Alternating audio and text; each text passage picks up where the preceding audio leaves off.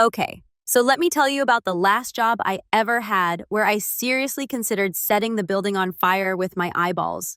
Not literally, obviously, but like mentally, spiritually, emotionally. I wanted it to crumble. So this was a couple years back when I was working at this small private medical office. You know the type: bad lighting, beige walls, a weird fake plant in the corner that hasn't been dusted since 2009. There were three of us in the front, me, and these two guys who were basically grown men trapped in some kind of high school clique mindset. Let's call them Chad and Devin. Chad and Devin had this unspoken bro code alliance where they basically treated the workplace like a frat house minus the beer pong. If one of them didn't like you, the other followed suit. And surprise, surprise, they didn't like me. And not in a we don't vibe kind of way. No. I mean, they'd laugh when I walked into a room. They'd stop talking the moment I got near them. Whisper, share looks, pretend they didn't hear me when I asked something work-related. Literally the definition of passive-aggressive toddlers in adult khakis. Meanwhile, I'm busting my ass. This office still used paper charts. Yes, paper, charts. Like folders. Actual folders with tabs and labels and God knows what else. No digital records, no slick software, just walls of shelves stacked with manila folders like we were living in 1994. And who do you think had to pull those charts, file them, organize them? Ding, ding, ding. Me. Every morning, I'd be elbow deep in the cabinet from hell, pulling charts for the day's appointments while Chad and Devin stood around sipping coffee and gossiping about gym memberships or fantasy football or whatever it is that makes them feel superior. And then there was the doctor. Oh my God. This guy. Let's call him Dr. Sketchy. Because wow, he gave out prescriptions like Halloween candy, controlled substances too. Stuff you're definitely not supposed to casually hand out. He had this whole routine where he'd tell me to just stamp it, like I was his personal drug dealer. Didn't matter if the patient had actually been seen. Didn't matter if it was within legal limits. He'd hand over 90-day supplies and then act surprised when the patient came back in 30 days asking for more. I was like, "Sir, you are playing chicken with the DEA." And the negligence? Next level. I once had to physically stop him from prescribing penicillin to a patient who had a giant red penicillin allergy alert written on their file in 2-inch tall Sharpie. Like, how? How do you almost kill someone before lunch? So, yeah, it was a disaster. And I knew early on that I wasn't gonna last. The energy was toxic. Chad kept hinting that he had a friend about to graduate who'd totally love a job like this. Uh-huh. Say less. They started sabotaging me too, like not even subtle about it. They'd move files I'd already handled, blame me for missing documents, tell the doctor I'd made mistakes. I knew what they were doing.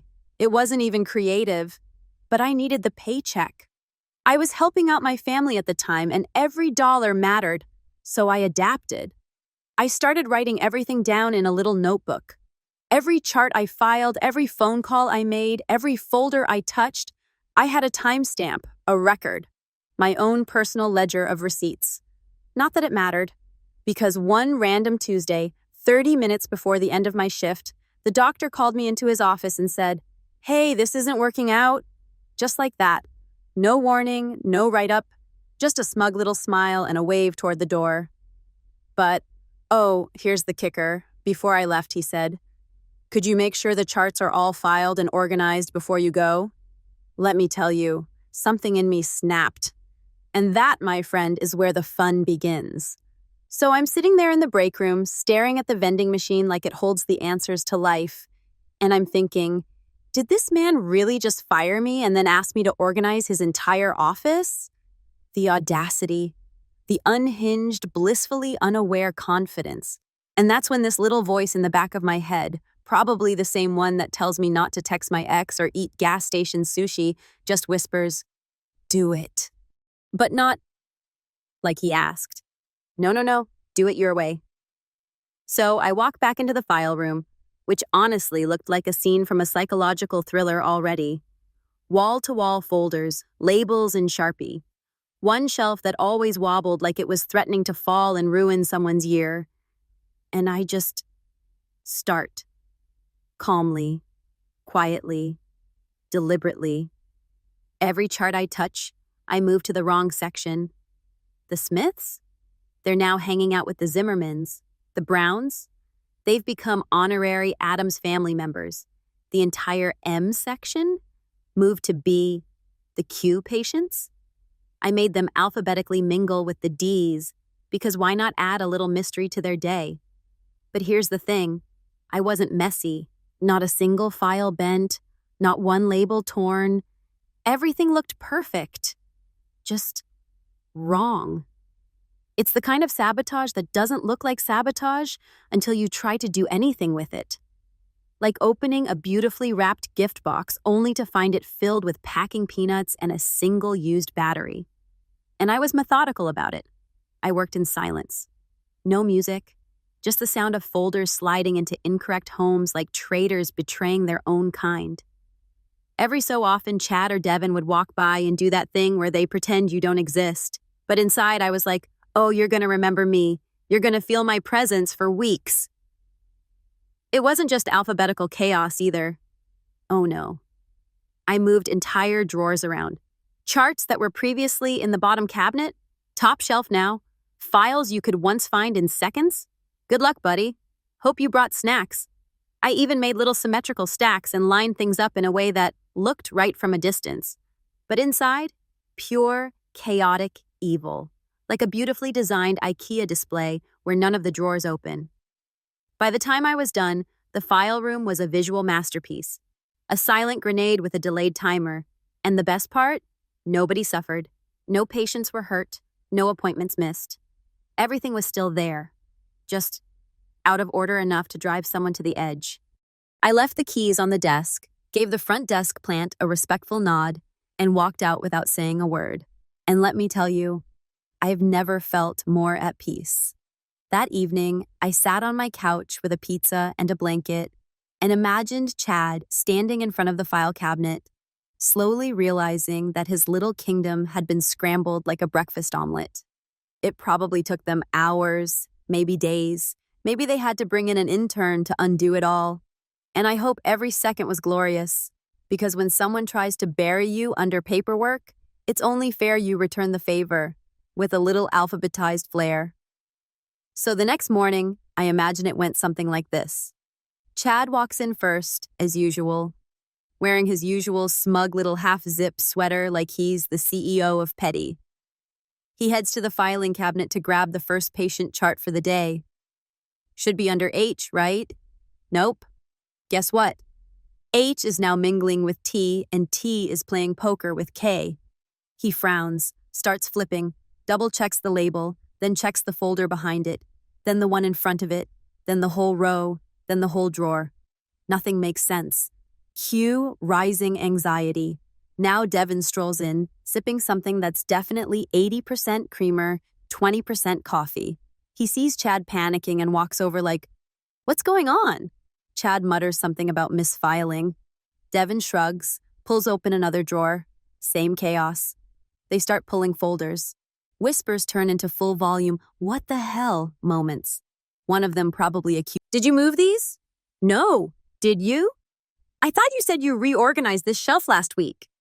"It was fine yesterday."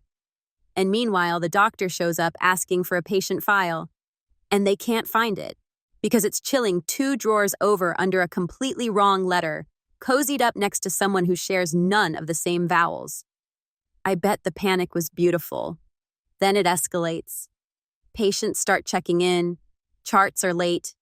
Wait times increase. One of them tries to stall while the other's sweating bullets in the file room, flipping folders like a blackjack dealer. At some point, someone probably has the idea to just reorganize from scratch, which, let me tell you, would take hours, maybe days. Especially if they're second-guessing themselves every step of the way, wondering if a chart is truly misfiled or if it's just hiding behind another mistake. I like to think they got paranoid. Like, maybe they started thinking someone did this on purpose. but couldn't prove it. And then came the meetings. You just know Dr. Sketchy called a team huddle, started asking questions like, why is the filing system suddenly falling apart? And you just know Chad and Devin were pointing fingers. Maybe not at each other, at first, but that tension builds. Maybe if someone wasn't always leaving early. Oh, please, like you're some kind of charting wizard.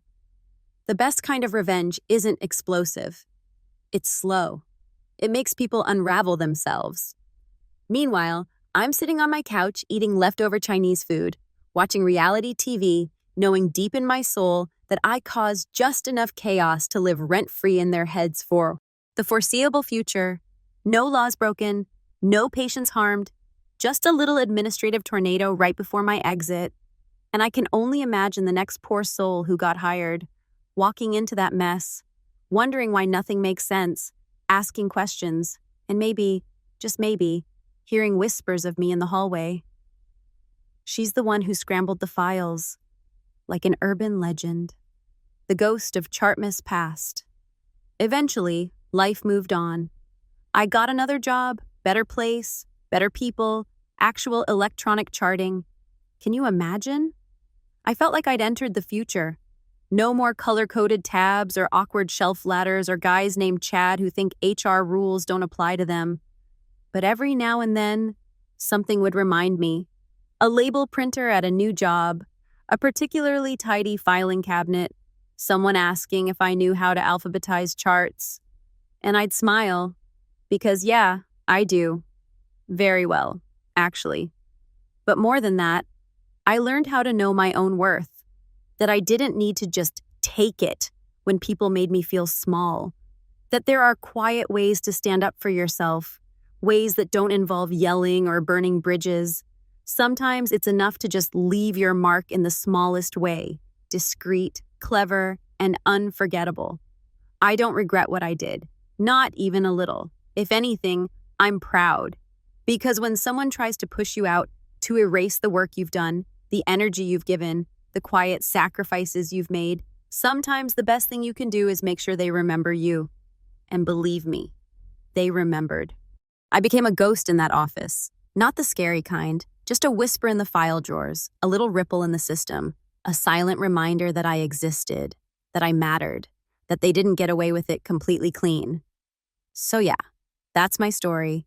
A little petty, a little poetic, and totally alphabetically disordered. And if anyone from that office is somehow listening, you're welcome. Oh, and check under V. You might find your dignity there.